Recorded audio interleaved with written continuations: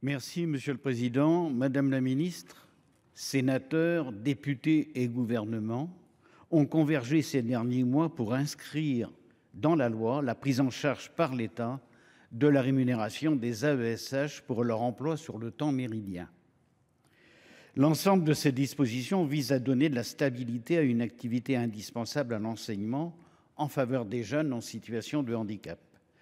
Hélas, les décrets et circulaires qui devaient découler de ces débats tardent à être mis en œuvre et de surcroît, les AESH sont aujourd'hui ballottés, je pèse mes mots, tributaires des décisions prises d'une part par les MDPH, les maisons départementales du handicap, d'autre part par les rectorats qui sont l'instance d'appartenance de la catégorie professionnelle et enfin par les PIAL, les pôles inclusifs d'accompagnement localisés qui sont en charge de l'organisation fonctionnelle et de la répartition du travail.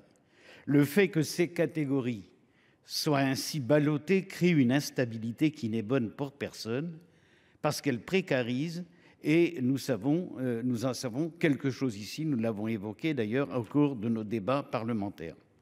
Ce métier a besoin d'être véritablement reconnu et il a besoin de stabilité.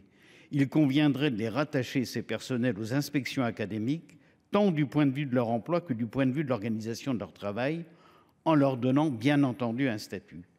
Pouvez-vous nous garantir, Madame la Ministre, que le gouvernement ira dans cette direction et prendra des mesures pour garantir une meilleure stabilité des AESH que tout le monde appelle de ses voeux? Merci de votre attention. Madame la Ministre, c'est à vous. Merci, Monsieur le Président. Merci, Monsieur le Sénateur Lahellec, pour votre question concernant les AESH. Évidemment, permettre à l'école d'assurer une scolarisation de qualité à tous les élèves est une priorité du gouvernement. C'est ma priorité. Aujourd'hui, 513 000 élèves en situation de handicap sont scolarisés en milieu ordinaire, un chiffre en constante augmentation depuis 2017.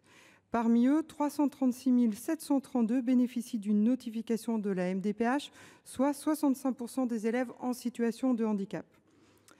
Les AESH sont des professionnels essentiels à la réussite des élèves en situation de handicap. À la fin de l'année 2024, ce sont 140 000 AESH qui accompagneront quotidiennement les élèves pour les aider à gagner en autonomie dans leurs apprentissages. Entre 2022 et 2025, 13 000 emplois auront été créés pour répondre aux besoins d'accompagnement sans cesse croissant des élèves en situation de handicap. La dynamique se poursuit cette année, en 2025, avec la création de 2000 ETP.